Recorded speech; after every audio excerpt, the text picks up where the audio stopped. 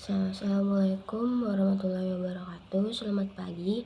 Saya Utariang Raini dengan NPM 202243502448. Saya di sini akan menjelaskan apa itu kebenaran dan cara menemukannya. Terlebih dahulu, apa itu kebenaran? Kebenaran adalah keadaan yang cocok dengan keadaan yang sesungguhnya atau kenyataan. Dalam konteks korespondensi atau correspondence theory. Definisinya yaitu suatu pernyataan atau proposisi keyakinan adalah benar jika ia sesuai atau berkorespondensi dengan fakta atau realitas objektif yang ada di dunia. Itu ada pernyataan langit itu biru adalah benar hanya jika secara faktual langit memang berwarna biru. 2. Teori koherensi atau koherensi teori. Definisi suatu pernyataan adalah benar jika ia konsisten dan tidak bertentangan dengan pernyataan-pernyataan lain. Pernyataan-pernyataan lain itu yang sebelumnya sudah diterima atau dianggap benar dalam suatu sistem pengetahuan. Contohnya dalam matematika, teorema dikatakan benar jika ia secara logis konsisten dengan semua aksioma atau teorema lain dalam sistem matematika tersebut. 3. Teori pragmatis atau pragmatis teori. Definisinya yaitu suatu pernyataan adalah benar jika ia berfungsi secara praktis dan membawa konsekuensi yang memuaskan. Konsekuensi memuaskan ini yang termasuk dalam kehidupan nyata atau memecahkan masalah.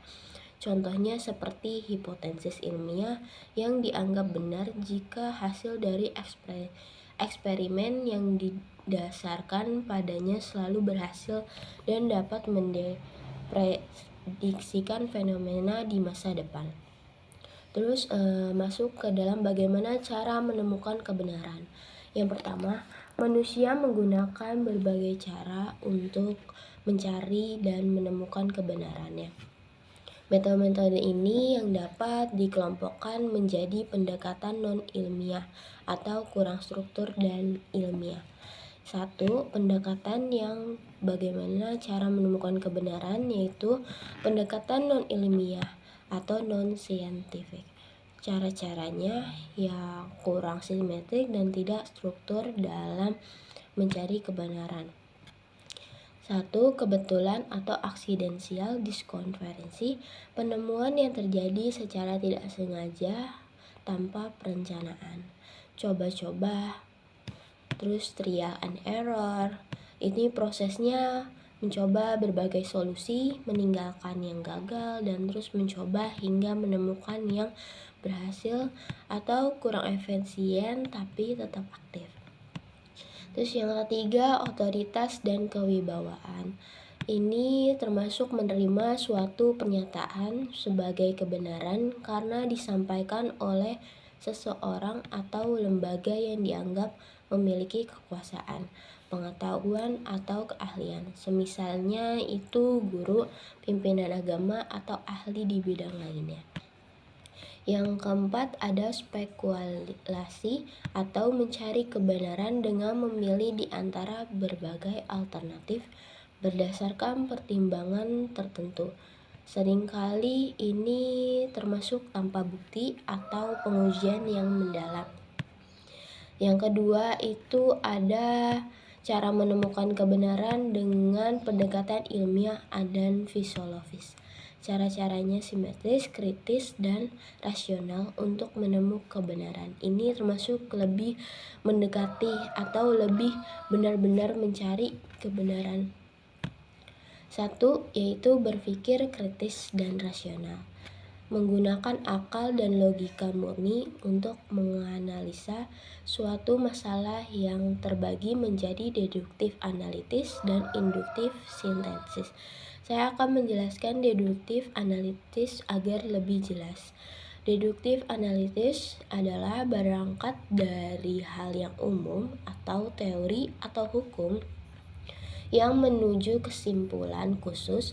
Misalnya, jika semua orang akan mati, itu termasuk umum, dan sosrentis adalah manusia, yaitu khusus, maka jadinya itu jika digabung jadi sosratesis dan akan mati. Kesimpulannya benar, jadi termasuknya manusia akan mati gitu.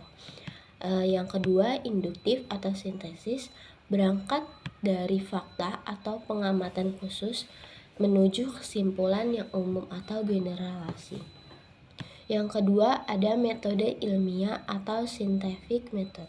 Metode ini yang menggabung penalaran deduktif dan induktif, khususnya dalam sains. Ini ada beberapa, ada 5, yaitu salah satunya mengidentifikasi masalah, menyusun hipotesis atau dugaan sementara, mengumpulkan data, observasi, dan eksperimen untuk menguji hipotesis, menganalisa data, menarik kesimpulan yang diverifikasi oleh bukti empiris. Yang ketiga, ada kebenaran filosofis, ditemukan melalui rasio murni dan renungan yang mendalam atau kontemplasi dengan ekstensi pengetahuan, nilai, dan realitas secara keseluruhan. Yang keempat, ada kebenaran religius atau mutlak.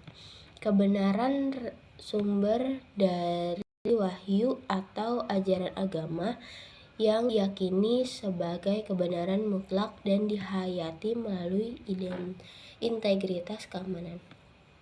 Demikian, secara kesimpulan, menemukan kebenaran adalah sebuah proses berkelanjutan yang melibatkan pengamatan, penalaran, pengujian, dan eksplorasi, tergantung pada jenis kebenaran apa yang sedang dicari, atau faktual, logis, atau eksistensial.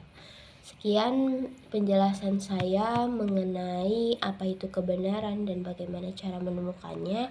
Semoga bermanfaat. Sekian, terima kasih.